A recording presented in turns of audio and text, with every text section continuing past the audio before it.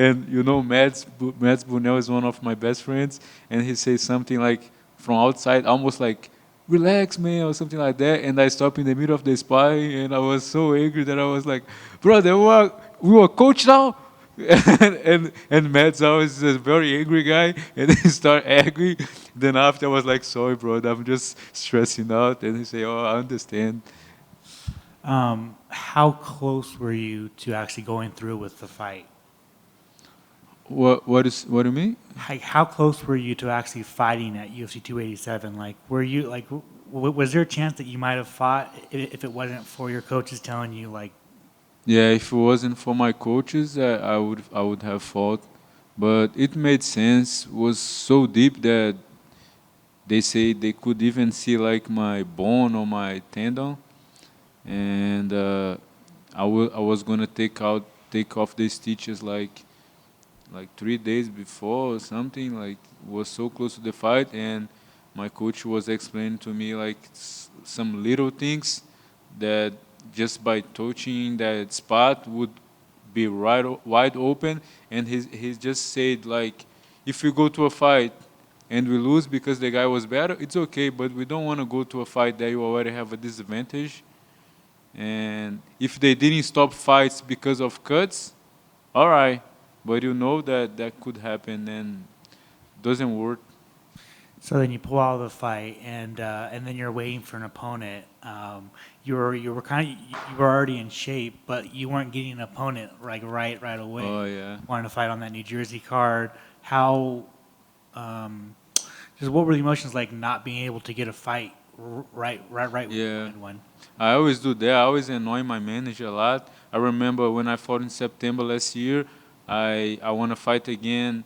I want to just keep that momentum, and I want to fight again like in January or December, even December. And all my family's in Brazil, and always I go to Brazil to spend Christmas with my family because I did this my whole life. But I was so focused and I want to fight again so bad that I said, sorry, but I'm staying here because I want to stay focused and I want to fight again and I want to keep this momentum. But eh, and I was annoying my manager a lot, but it's still like they gave me a fight only for April in the UFC 287, and I'm grateful for that. I'm grateful for the opportunity the UFC gave to me because it was a pay-per-view card, and that's a dream for me, and I'm just grateful to be able to be doing what I dreamed my whole life. I turned pro when I was 18 years old, and I've been on this path. I left home when I was 18 years old and moved to Rio, and after moved to United States by myself. And it's been a long journey, and I'm just grateful for everything. Fighting Manuel Torres. On paper, it's a very fun fight. Both of you guys like to knock each other out. How do you like the matchup? Oh, it's a great match. Yeah, it's like, let me see. I was thinking it's like the Brazilian brawler versus the Mexican pitbull. He comes to fight, and that's the way I like to fight. I think like they both very good fighters, and they have a lot of knockout power, like Ignacio and Manuel. But I think like they say, style make fights. I think like Manuel is even better because he comes to fight for real. Sometimes I felt like Ignacio, he likes to use the fact that he's 6'3", and he likes to make points, and he likes to be counting, and moving, and sometimes he doesn't engage.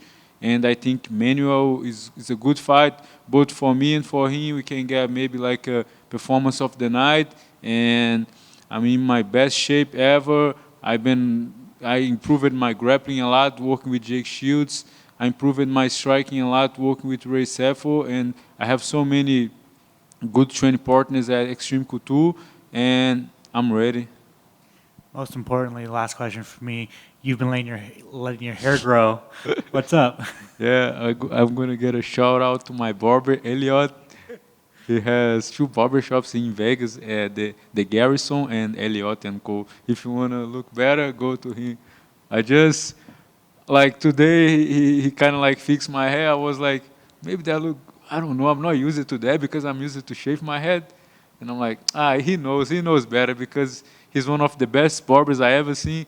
Just like when Seth will give me advice, I'm like, he has like 200 fights, so he knows. Or when Jake gives me some advice, I'm like, oh, this guy already beat Damian Maia, so he knows about jiu-jitsu.